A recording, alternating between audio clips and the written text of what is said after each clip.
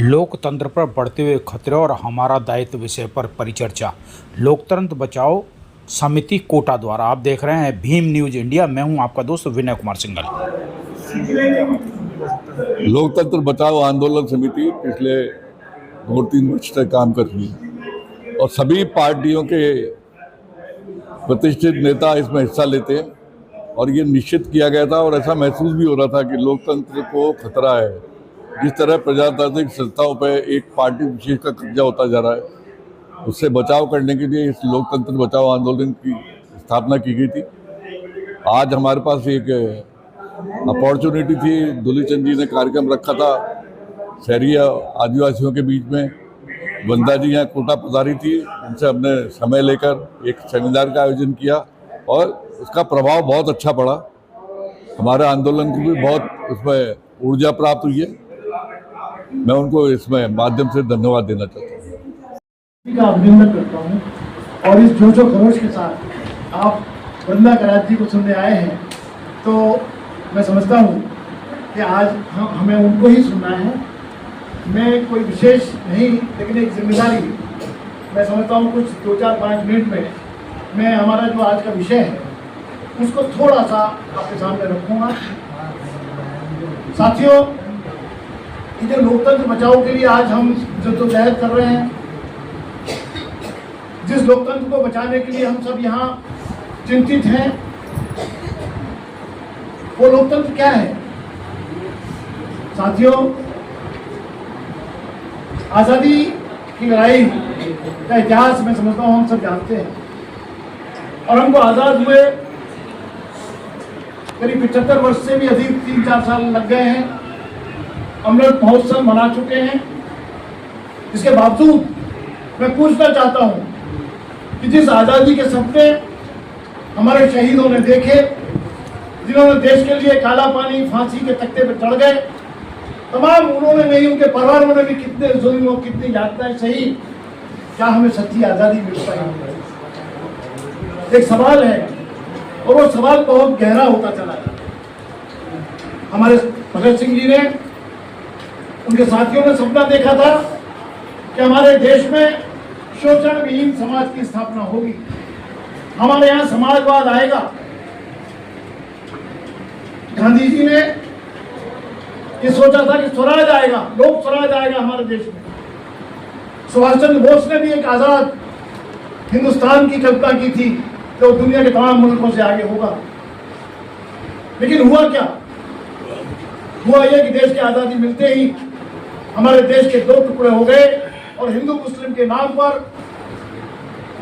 अंग्रेजों ने ही नहीं, उनके जो भक्त जो आज हमें परेशान कर रहे हैं, उन्होंने हिंदू और मुस्लिम दंगे कराकर लाखों लोग उसमें मारे गए। एक खून में लथपथ आजादी हमको मिली।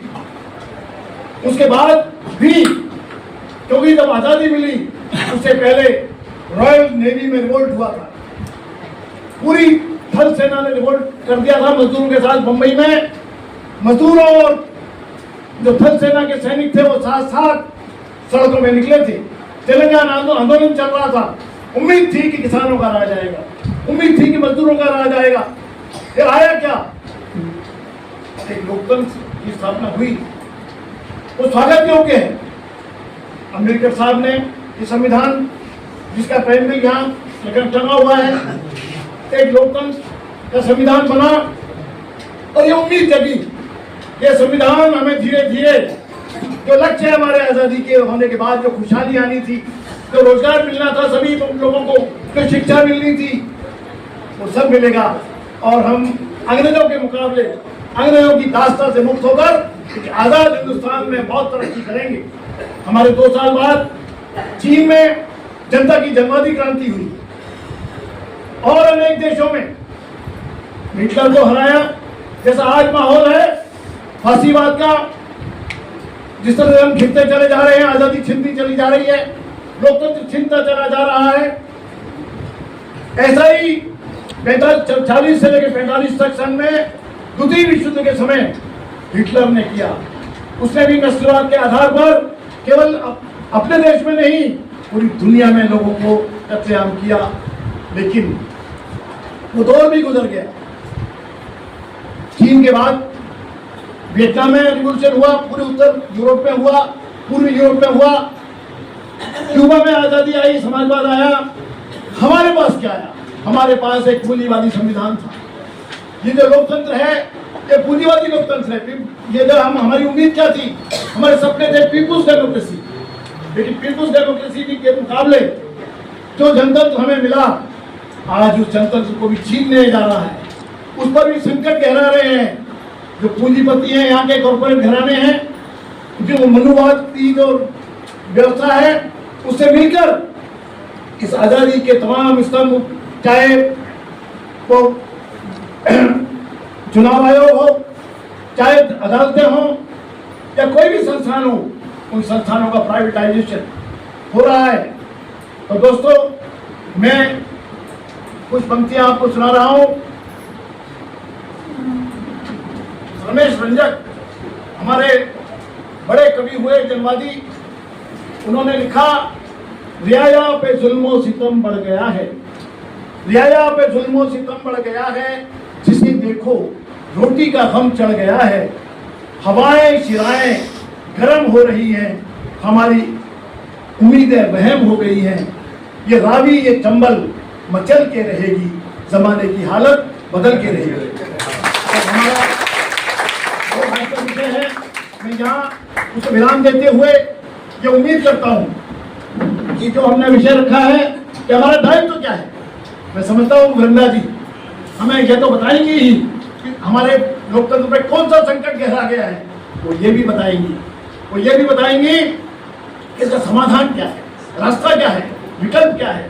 तो दोस्तों, मैं आज जो हमारे मजदूर साथी बैठे हैं, 6 महीने से अधिक हो गए, इतना लंबा संघर्ष, अंग्रेजों के जमाने में भी ये संघर्ष होता तो कहीं न कहीं आवाज सुनी जाती, लेकिन अफसोस है कि जिस निजाम में हम रह रहे हैं, तो मैं अपने जो मजदूर साथी बैठे हैं, वर्किंग क्लास के लोग, इन्हीं के नेतृत्व में आने वाले समय में परिवर्तन होंगे, बड़े बड़े किसानों के और नौजवानों के। तो मैं उनके लिए 2 पंक्तियां सुना देता हूं। ले मशालें चल पड़े हैं लोग मेरे गांव के, ले मशालें चल पड़े हैं लोग मेरे गांव के, अब अंधेरा जीत लेंगे लोग मेरे गांव के। तो बिन लड़े कुछ भी मिलता नहीं है ये जानकर, बिन लड़े कुछ भी यहाँ मिलता नहीं है जानकर, अब लड़ाई लड़ रहे हैं, 6 महीने से ऊपर हो गए, अब लड़ाई लड़ रहे हैं लोग मेरे गांव के, अब लड़ाई लड़ रहे हैं। आप देख रहे थे भीम न्यूज़ इंडिया। यदि आपको हमारे द्वारा दिखाई गई खबरें पसंद है तो प्लीज़ हमारे चैनल को यूट्यूब पर सब्सक्राइब कीजिए, लाइक कीजिए, शेयर कीजिए, कमेंट्स कीजिए। आने वाले नोटिफिकेशन के लिए बेल आइकन का बटन दबाना ना भूलें। भीम न्यूज़ इंडिया को आप फेसबुक, ट्विटर यानी एक्स के साथ टेलीग्राम पर भी फॉलो कर सकते हैं। बने रहिए हमारे साथ, देखते रहिए आपका अपना लोकप्रिय चैनल भीम न्यूज़ इंडिया। आपका बहुत बहुत धन्यवाद।